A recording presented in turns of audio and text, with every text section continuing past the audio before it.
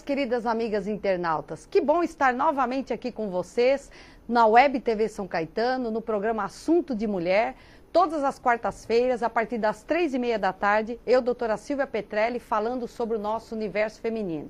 Então não deixe de clicar em contato pelas redes sociais e envie suas perguntas que responderei no quadro E aí, doutora? Minhas queridas amigas, hoje não poderia deixar de ser diferente, estamos com um assunto muito importante que todas vocês vão adorar. Nós vamos falar hoje sobre os adolescentes. Poucas pessoas sabem, mas existe um médico que, assim como a pediatra, vai cuidar dessa fase que é complicada e cheia de preocupações para os pais. E cheia de mudanças também para os jovens, claro. Para explicar melhor qual a importância da ebiatria, recebo a doutora Giovana Chequim. Giovana, é um prazer recebê-la aqui em meu programa. O prazer é todo meu, boa tarde. Espero que a gente tenha uma boa conversa sobre o que é a ebiatria e qual é a função, né, do ebiatra. Já começo então te perguntando, o que é ebiatria? Ebiatria, na verdade, é uma especialidade nova, é uma especialidade mais ou menos, ele é do início do século XX, né? Então, na verdade, ela é bem nova. E chegou no Brasil na década de 80. Então, ela é uma especialidade bem nova e ela tem essa peculiaridade de, dentro da pediatria, cuidar da faixa etária entre os 10 e os 20 anos. A Organização Mundial de Saúde propõe essa faixa etária como atenção do ebiatra. O Estatuto da Criança e do Adolescente já coloca a adolescência como a faixa etária entre os 12 e os 18 anos completos. Mas, na verdade, seria todas as transformações, tanto da parte física quanto emocional, psíquica, estaria dentro também dessa atenção que o médico, que é especialista nessa faixa, né, de pessoas, teria que dar atenção. Ô Giovani, nessa fase inicial, quem que tem a primeira iniciativa? O adolescente, ele pergunta para a mãe, eu gostaria de passar com uma profissional para orientações, ou é a mãe que leva mesmo?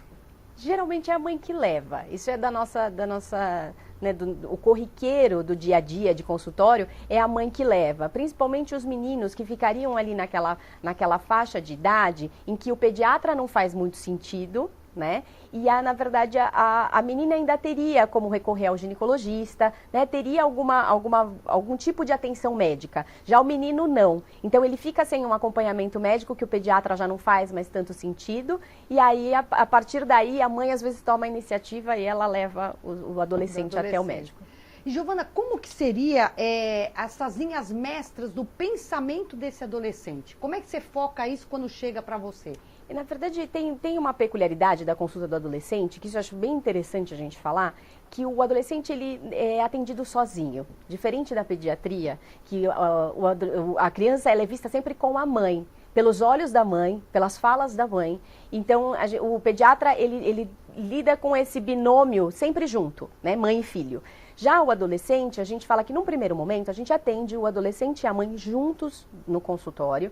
Então a consulta é dividida em 2 tempos que a gente fala. E a gente obtém algumas informações sobre saúde desde a infância, primeira infância, a gestação, a parte da família, sobre alguns antecedentes, né, que sejam de alguma patologia que seja importante para o acompanhamento do adolescente. E a partir desse momento, a gente pede para ter esse momento a sós com o adolescente. Ele tem direito, é um direito constituído pelo adolescente. Não é uma coisa que o ebiatra inventou. Independente da faixa etária. Independente. Se chega uma criança a partir dos 10 anos de idade, ele tem direito de ser atendido sozinho.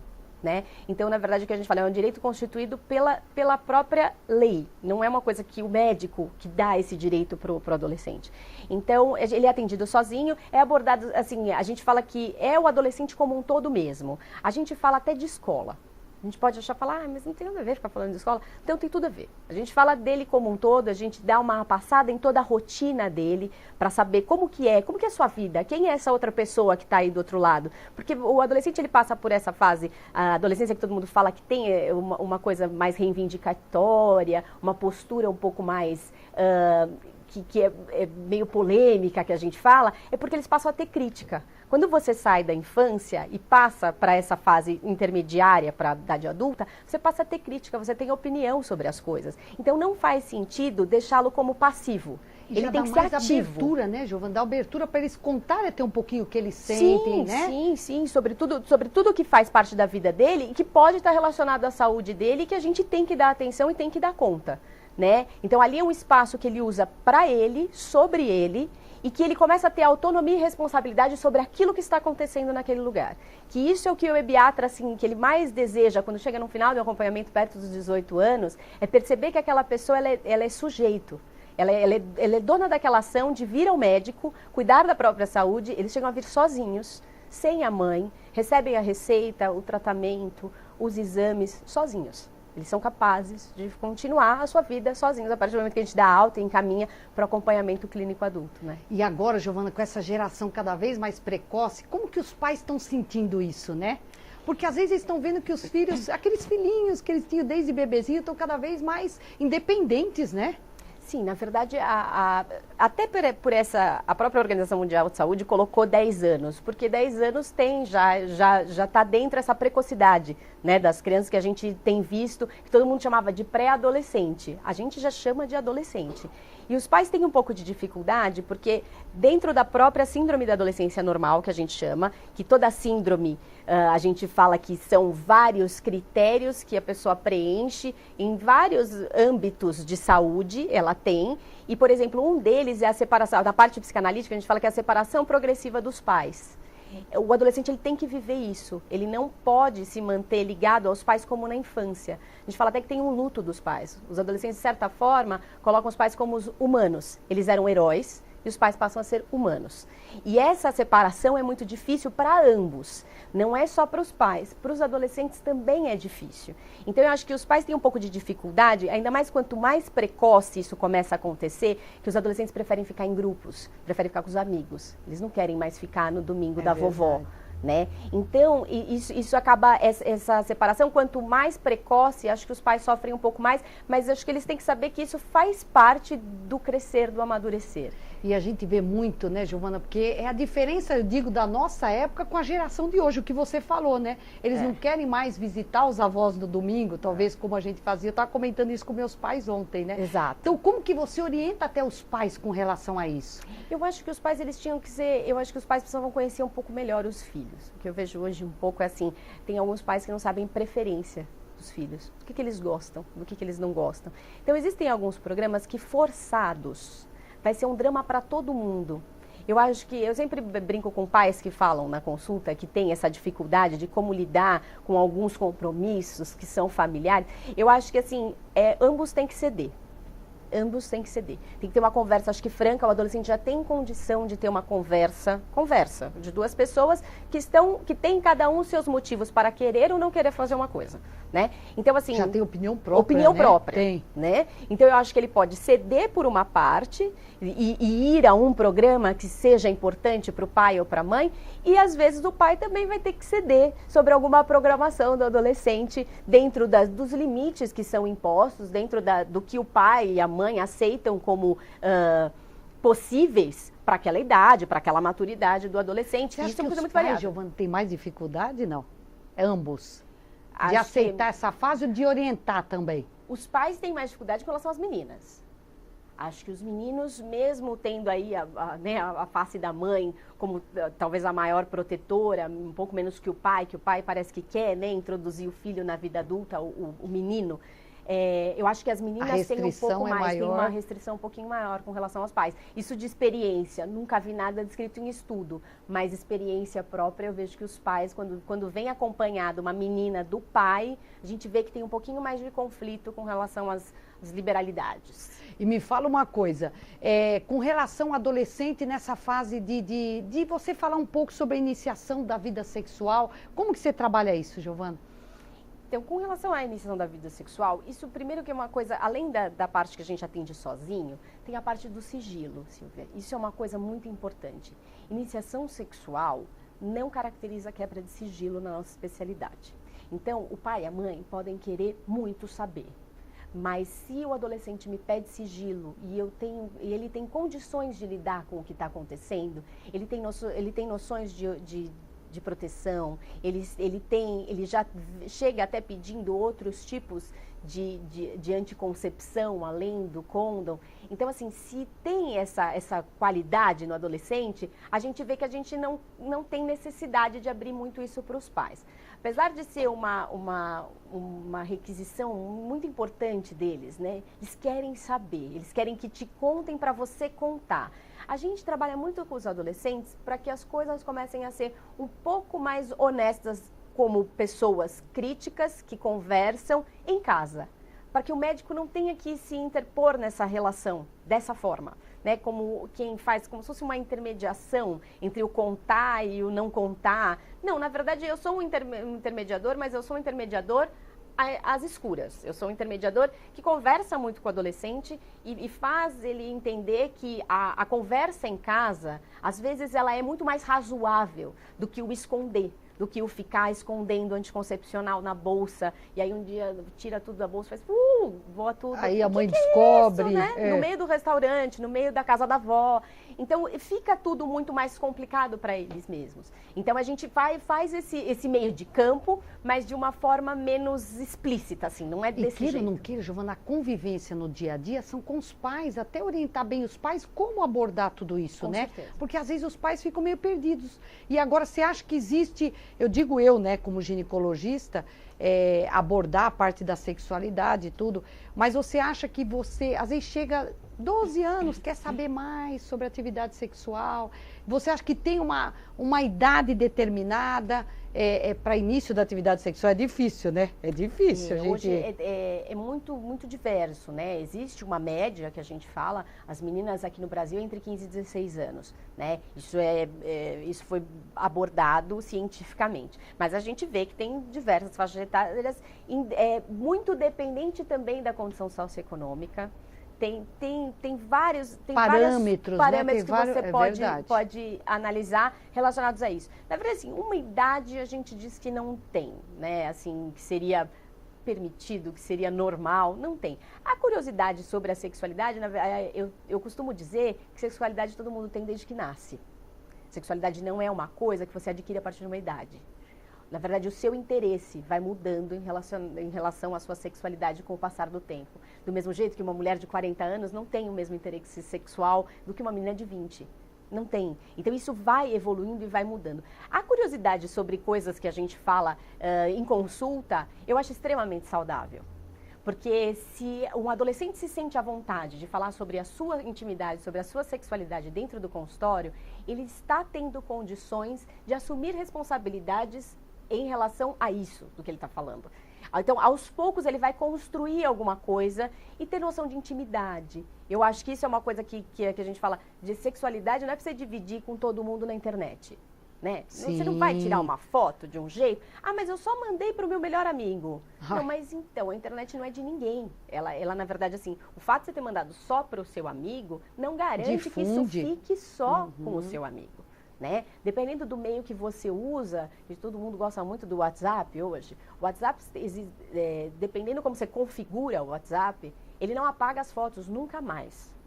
Nunca mais. Então, você acha que você apagou, a foto está lá. Giovana, vamos falar mais um pouquinho sobre isso. Agora, após esse intervalo, esse breve intervalo, minhas queridas amigas, não saiam daí e voltamos com esse bate-papo com a ebiatra, doutora Giovana, falando sobre a internet. Não saiam daí.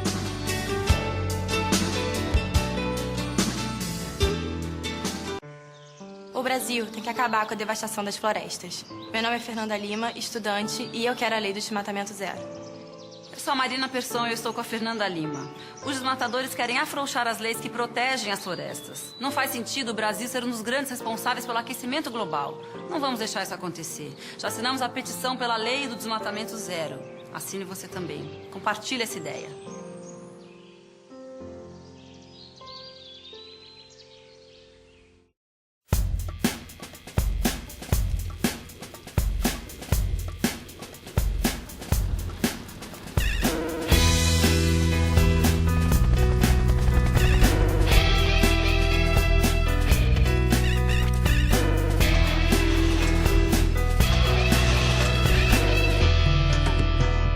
O planeta precisa do Greenpeace.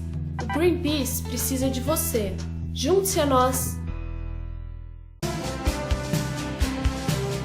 Web TV São Caetano. Nossa cidade é o canal.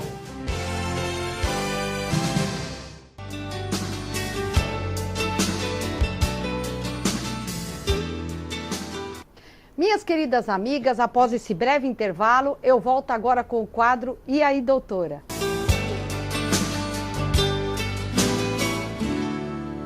Bom, temos algumas perguntas de amigas internautas. Evelyn de São Caetano me pergunta: a infestação por candidíase, se não detectada e tratada por algum tempo, pode causar corrimento tipo pus? Obrigado pela sua pergunta, Evelyn. Veja, a candidíase ou a monilíase é um fungo, tá? O agente causador é um fungo. Então, geralmente, a candidíase, o corrimento é mais esbranquiçado, tipo um leite coalhado.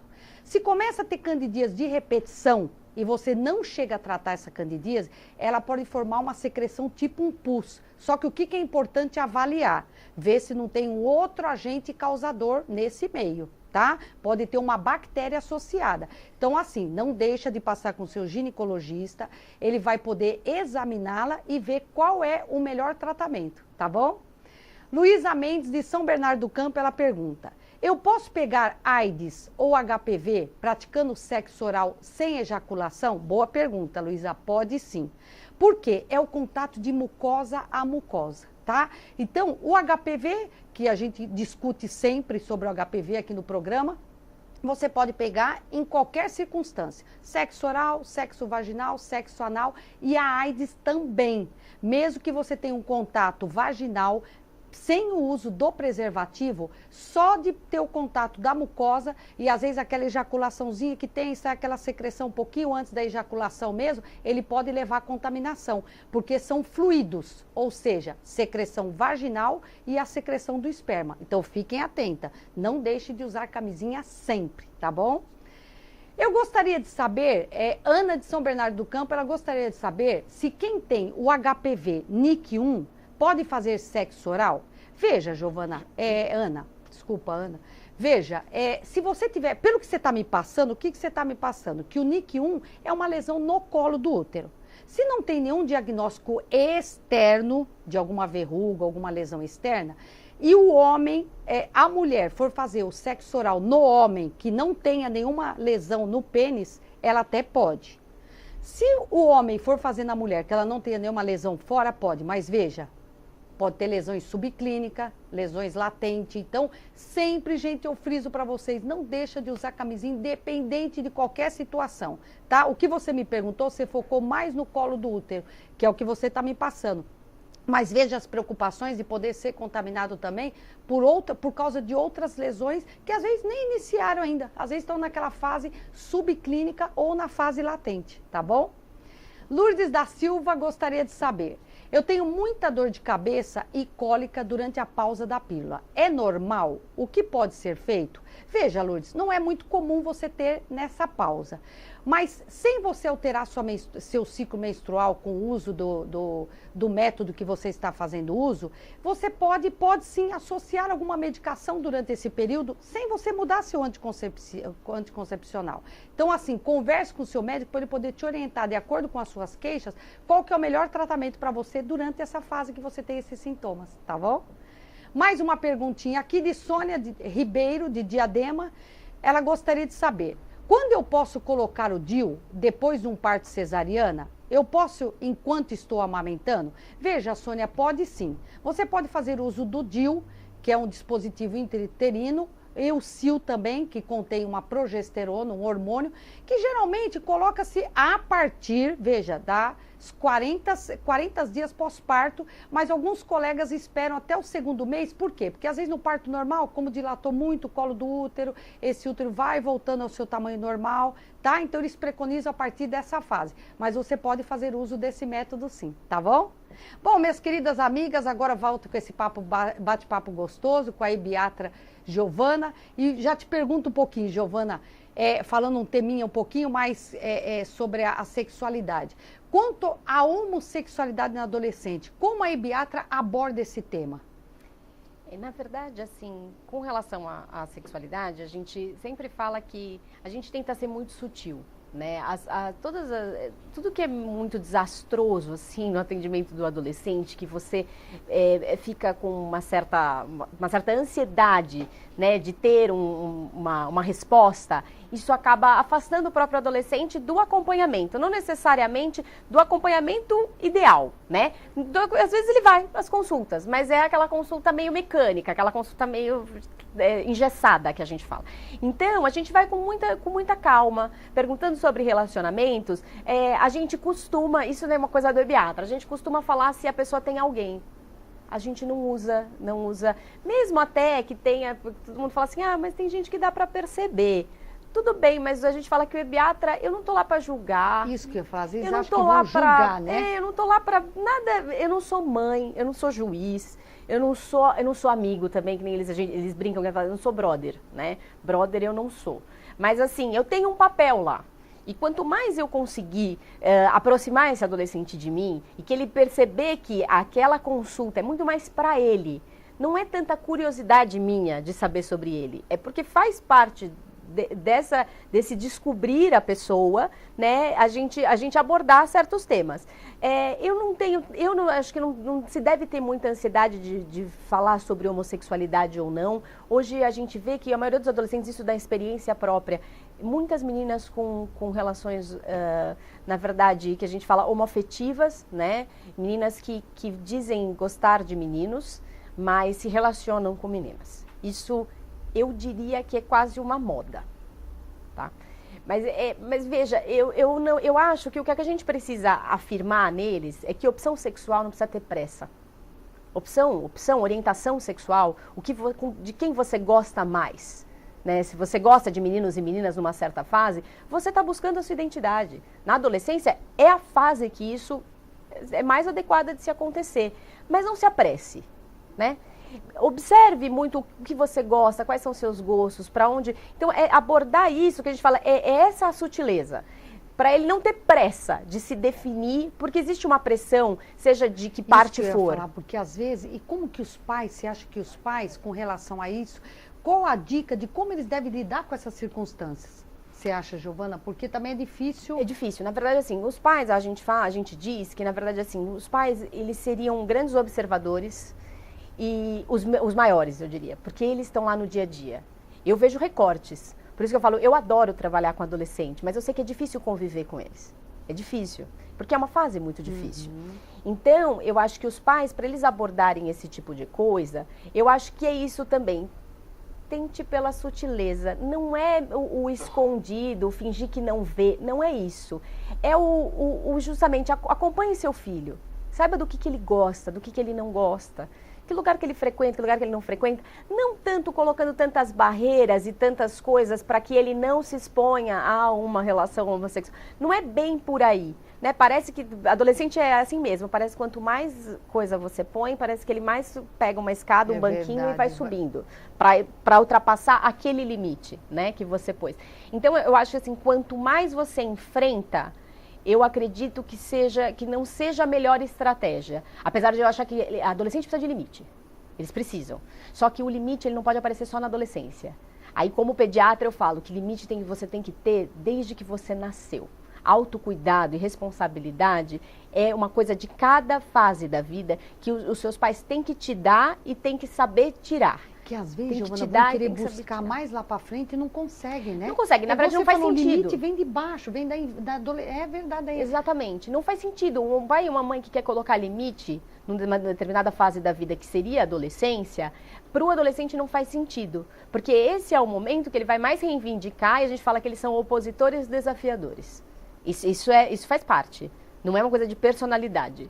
Faz parte da transformação cerebral do adolescente. Então, é normal eles se oporem a alguma coisa, não querer fazer tal determinada coisa que os pais querem.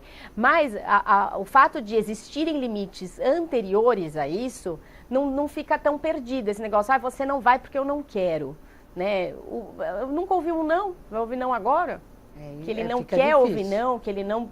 E ele tem condição de ouvir um não e fazer. É diferente da criança, que às vezes ouve o não, acata e mantém aquilo que o pai pediu. O adolescente não, ele tem condição de falar, não, eu vou. Agora, Giovana, outra questão que também angustia muitos pais e mães, né, de adolescentes, é o uso das drogas ilícitas. Como lidar com esse assunto tão importante?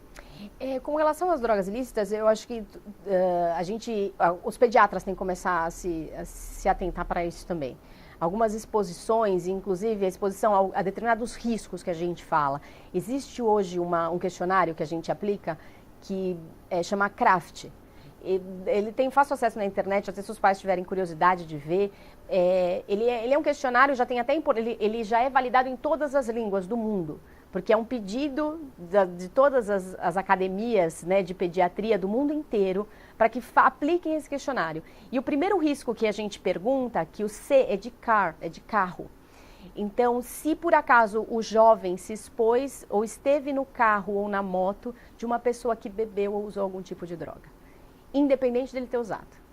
Então, na verdade, nós estamos indo um pouquinho mais além nessa parte do uso de drogas, não só pela convivência com outras pessoas que usam, que ele pode ficar mais exposto e usar também, ao risco que ele tem, que por mais que ele seja o mais careta da turma, o fato dele voltar com um cara que bebeu, já coloca ele num risco, como se ele tivesse bebido.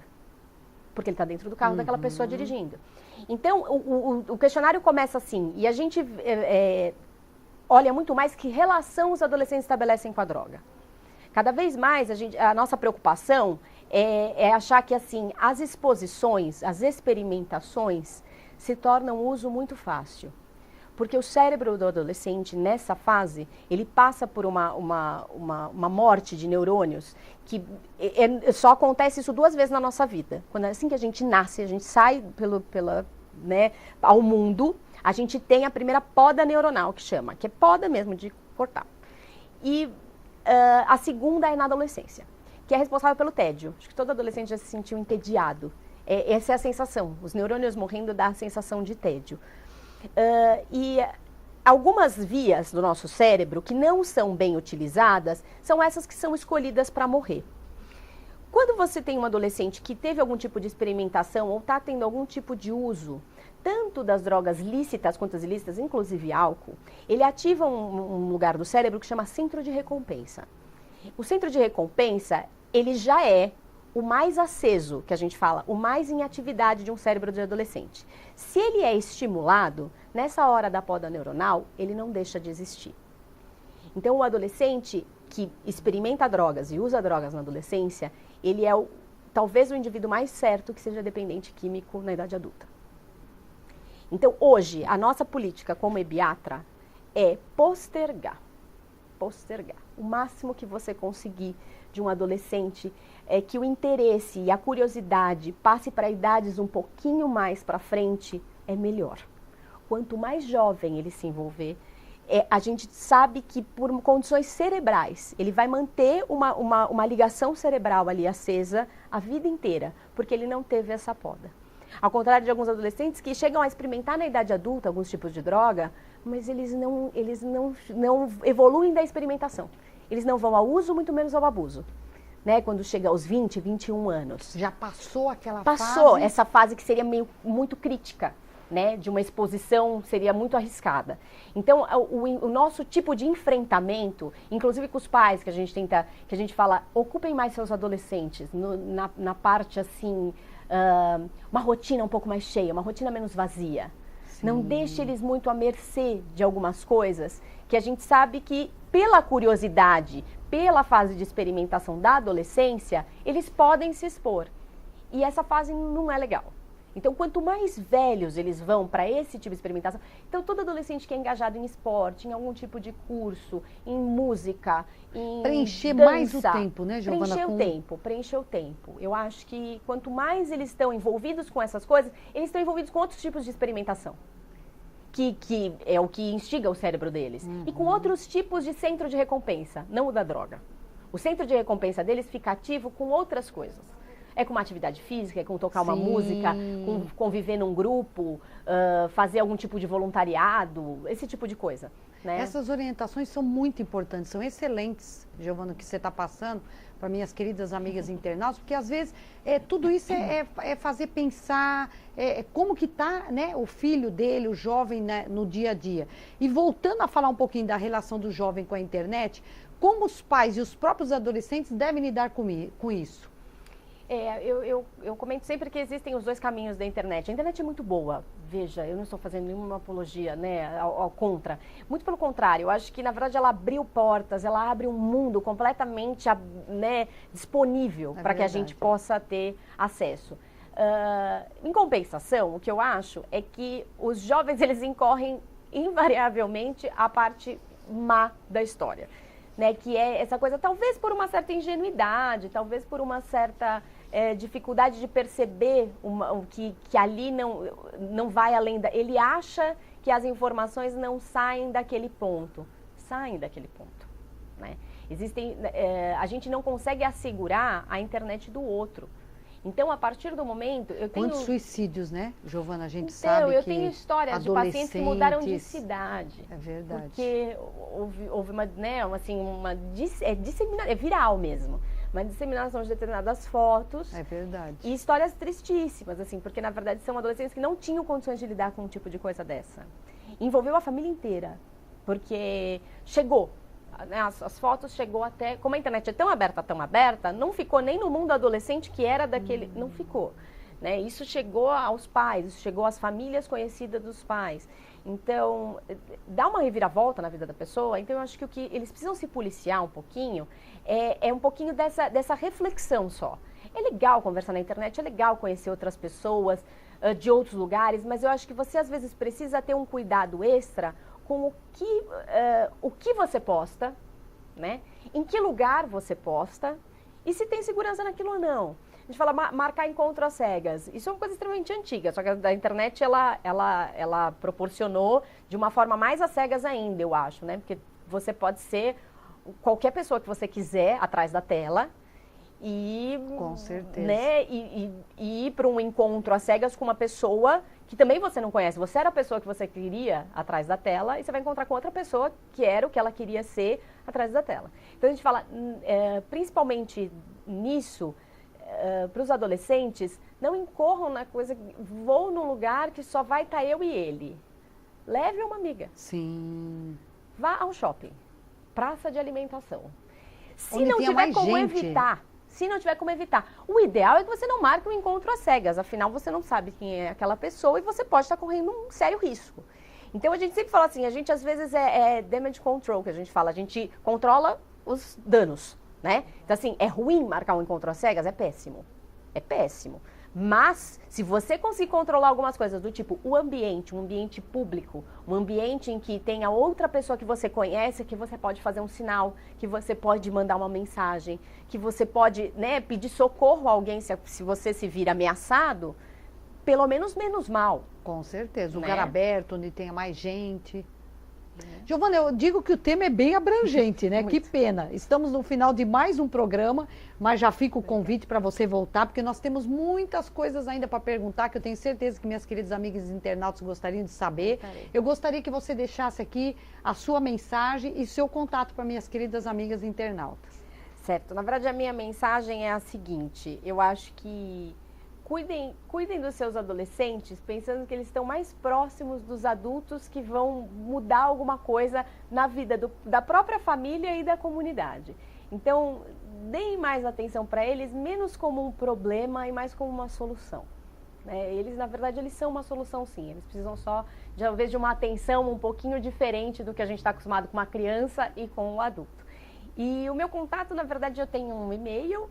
Pode deixar, Giovana. Posso? É Pode. Gichekin, CHEKIN, o sobrenome é tudo junto, @yahoo.com.br. Pode mandar as dúvidas, eu posso esclarecer e posso estar aqui com todo prazer em um outro programa, com certeza. E a gente pode falar sobre outros assuntos, porque isso é bastante amplo. É abrangente, é bem amplo. Agradeço mais uma vez Obrigada o convite. eu, e minhas queridas amigas, não percam quarta-feira que vem com mais um tema interessante para nós mulheres. E até lá, vejo vocês. Beijos.